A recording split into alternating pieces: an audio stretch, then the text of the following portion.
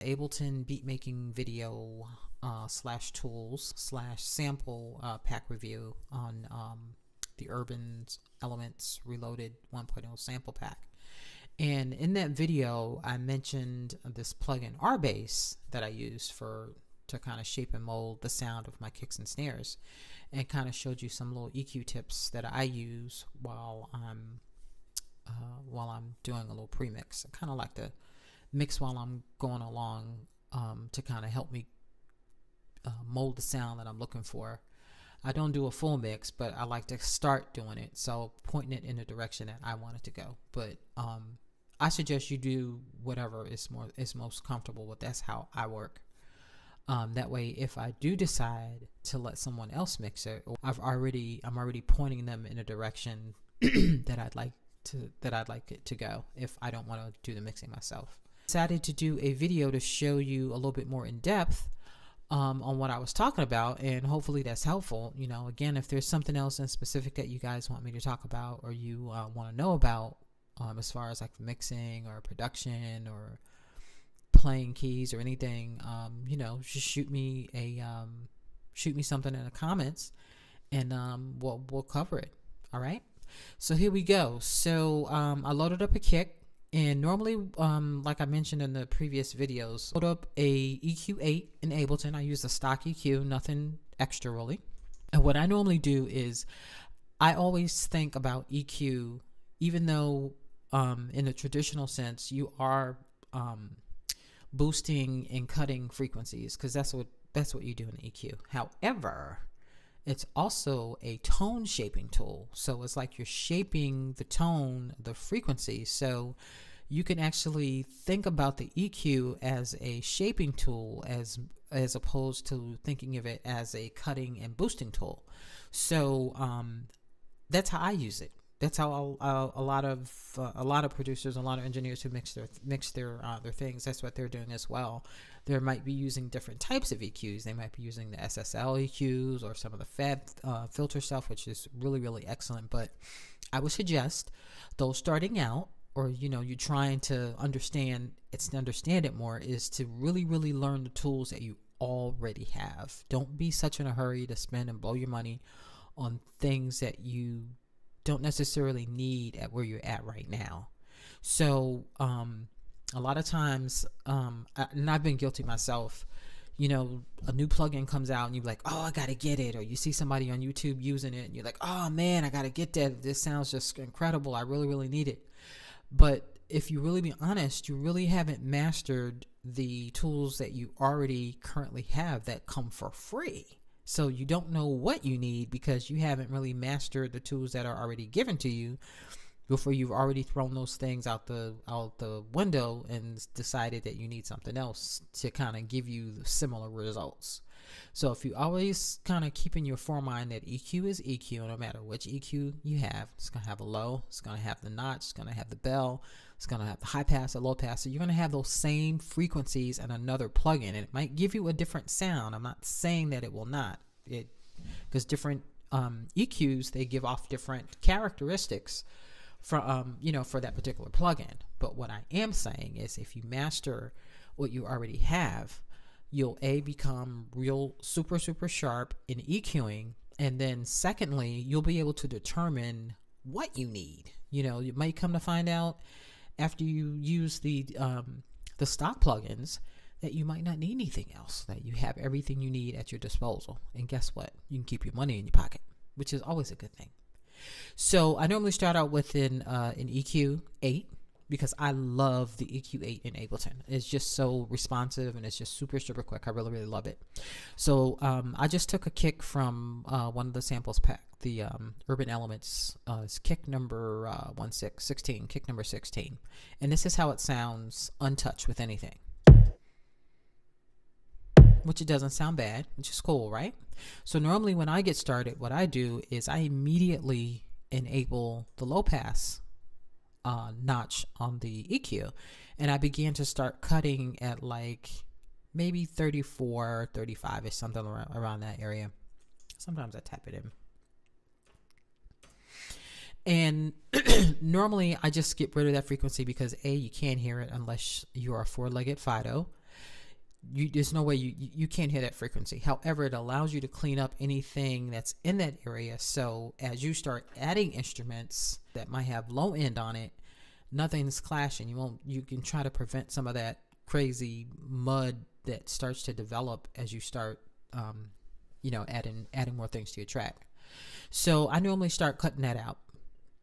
And like I was mentioning in the video yesterday, when I'm trying to get a particular sound or a tone out of a kick, because sometimes you don't know what you really want until you really start playing with it, I began to take the high pass and filter all of that out, and I just bring it all the way up to about 500 hertz or so, until it sounds like how I want it, which is all I want is the bottom end of that. So this is what it was before. See how it's open? It was real open, which is cool. It doesn't sound bad. But when I want to shape the sound, I'm taking all of that highs out, right?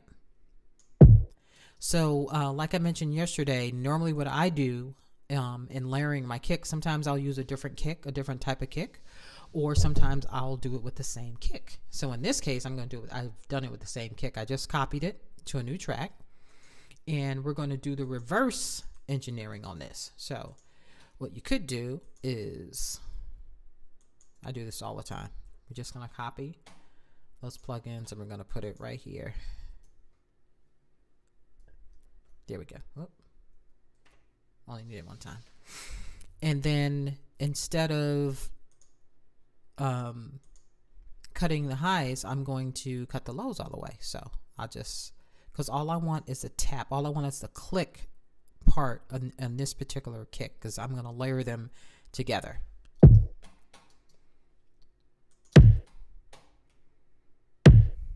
See, it gives you a nice little, and you can begin to start shaping that like how you want it.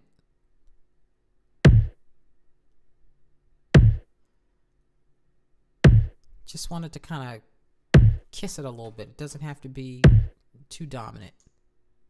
See, you can barely hear it. You can barely hear that when you solo it. But when you put it against the kick that's already there, it kind of gives it a little bit more beefiness.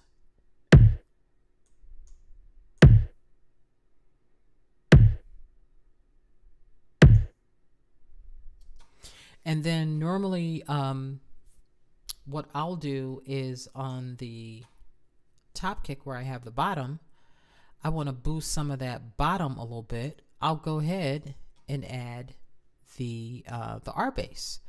Now let's do this. Let me add it. Start over. When you initially first get it, it's already, I think, at like 80 hertz, so it's already has a default setting. So I normally start playing with the frequencies and see which ones I want to see. You already immediately hear it getting some bottom, some tone to it. And this intensity button lets you get super intense the more you pull it up.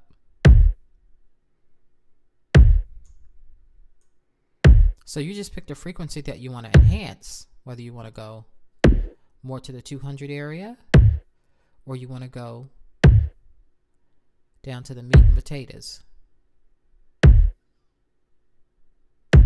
You can pull the gain down a little bit. So it's really just, there's no right or wrong way to use the plugin. You just, like I was stating in the beginning, you are shaping the sound of the kick. So you're just making it be what it is that you want it to be. It gives you a gang of presets already that you can start from. So let's talk about that for a second.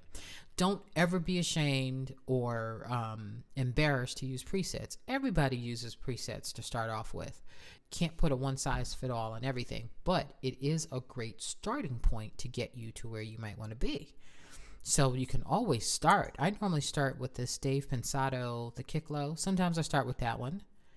And it's boosting, it's enhancing or bringing the harmonic sound at the 60K frequency with an intensity of 2 and a -1 gain. So that's a nice little punch. But if you want to go down more and you want to increase it more, you know, now you've tweaked this and make this thing fit what you want it to be. So there's definitely nothing wrong with starting off with presets to kind of get you back in the area that you want to be. So that's what RBass does. It's a harmonic plugin that allows you to dial in at specific frequencies to bring out the harmonics used on a lot of low-end instruments like bass, kicks. You can use it on low sense. I say use it on anything, whatever it is that you're trying to pull out. Let me show you one more tool that I think is a great shaping tool. It is, let's see, Transient Master. This thing right here is really, really good. Now what this thing does is it's acting like a limiter, compressor type limiter. It's shaping the attack, the amount of attack and sustain on the sound of the kick.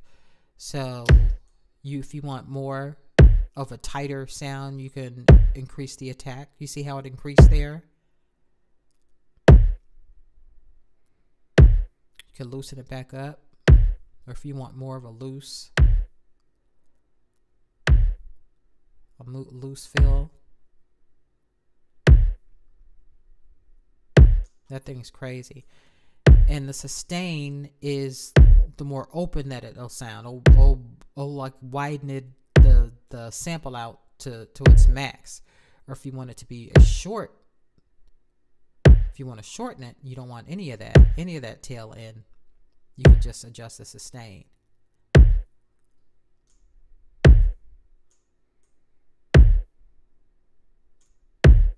So that thing's a great tool. You just heard right there how it just began to shape and, you know, really, really turn that into something pretty special already. And a lot of times what I do in Ableton is I just group all of my drums together and make a drum bus just like that.